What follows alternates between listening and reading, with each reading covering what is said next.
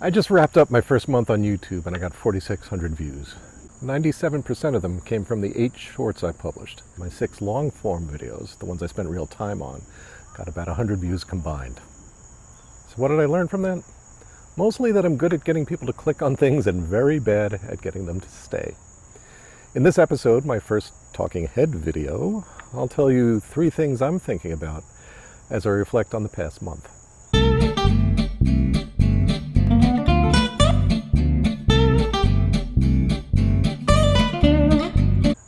Number 1 is that clicks are easy, but engagement is hard.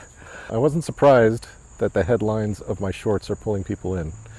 I do business storytelling for a living, and I've always been good at writing headlines that work.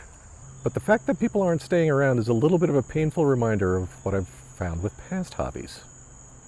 I don't really know how to do personal storytelling. When I tried screenwriting and playwriting 30 years ago, I was able to get started with concepts and dialogue, but I couldn't pull off satisfying 3-act story structures. When I started a blog in the early 2010s, I struggled to come up with ideas to write about that I thought would be interesting to people. And now I'm seeing that that's where I still need to put in the work. I started this channel as a sort of vlog, I guess, and my thought was that I'd just capture what I do in my spare time, enjoying my hobbies, and put it up and see what happens.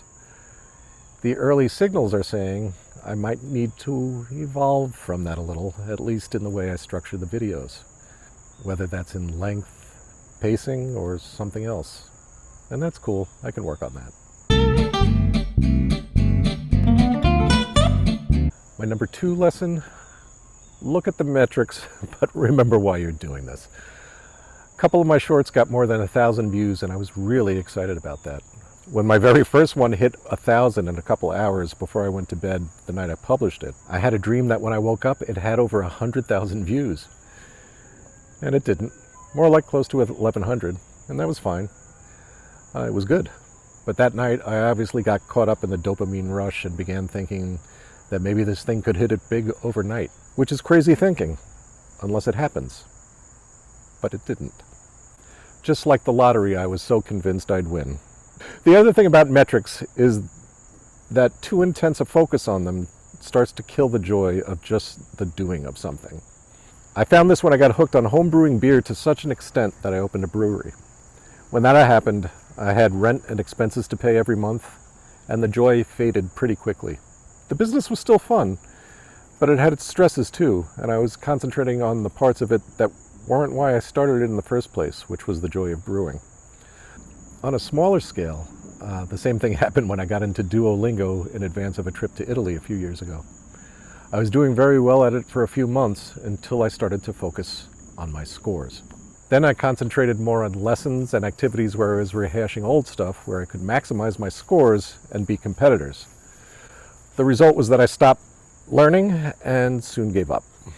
The reason I started this channel was to capture the cool stuff I'm doing, I think it's cool, and allow me to learn more about videography and storytelling along the way. I've been enjoying the videos I've been making so far. I like the production values I'm bringing to it. I know I can improve the pacing, and I'll get there. I know how I watch YouTube videos myself. I look for the info I want, but I also get impatient. I watch at accelerated speeds to get through the video faster, I skip to relevant chapters, and I drop when I lose interest. But I won't become a slave to analytics, and I won't move off my basic vlog style just yet. I want to keep this fun and relatively easy. After all, this is just my hobbies, man. Number 3 lesson, there's a big learning curve for on-camera work, which you can see here. When I was thinking about starting this channel, I imagined it as a faceless one. Just shots of what I was doing, maybe showing my hands and occasionally my face. But I wouldn't talk out loud, except maybe in voiceover when explanations were necessary. I quickly dispensed with that because it would actually take more production work. I did the voiceover thing on my first video, and writing and recording the script and then matching it to the video I'd already shot was just too much. I didn't like it. So I decided to talk on camera. I'm not really comfortable with it yet, and I think I could be more engaging.